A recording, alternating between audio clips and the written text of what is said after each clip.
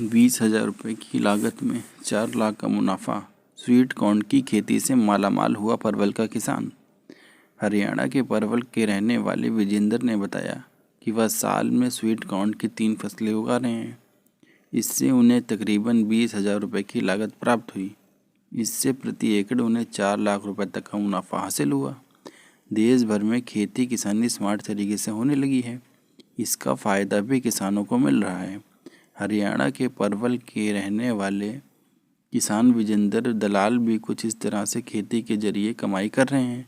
उन्होंने sweet corn की खेती में तकरीबन 20,000 की लागत लगाई और मुनाफे के तौर पर उन्हें तकरीबन 3 से 4 लाख रुपए तक की कमाई हुई।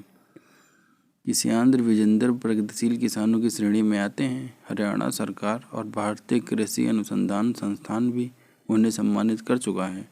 विजेंद्र बताते हैं कि काफ़ी समय पहले उनके दिमाग में पारंपरिक खेती के तरीके छोड़कर वैज्ञानिक खेती करने का विचार आया। इसी के चलते 2013 में हरियाणा सरकार ने उन्हें संरक्षित खेती करने की ट्रेनिंग के लिए इजराइल भेजा था। वहां से वापस आने के बाद उन्होंने स्वीट कॉर्न की खेती शुरू कर दी। साल भर में 4 लाख रुपए तक का मुनाफा।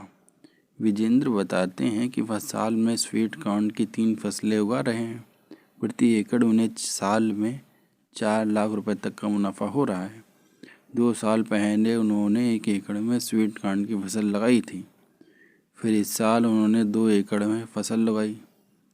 प्रति एकड़ खेत में करीब 3 किलो बीज लगता है। इसकी कीमत 2,500 रुपये प्रति किलो है। साल भर में 3 बार लेते हैं फसल। बीज के अलावा खेत तैयार करने में DAP, potash, zinc, sulphur, gypsum डालने के बाद दीमक से बचाव के लिए दवाइयाँ डालनी होती हैं। विजेंद्र के मुताबिक वह पहली फसल 15 जनवरी से 15 अप्रैल के बीच लेते हैं। दूसरी फसल अप्रैल से अंत से जुलाई अंत के बीच लेते हैं और तीसरी फसल अगस्त से अक्टूबर के बीच लेते हैं।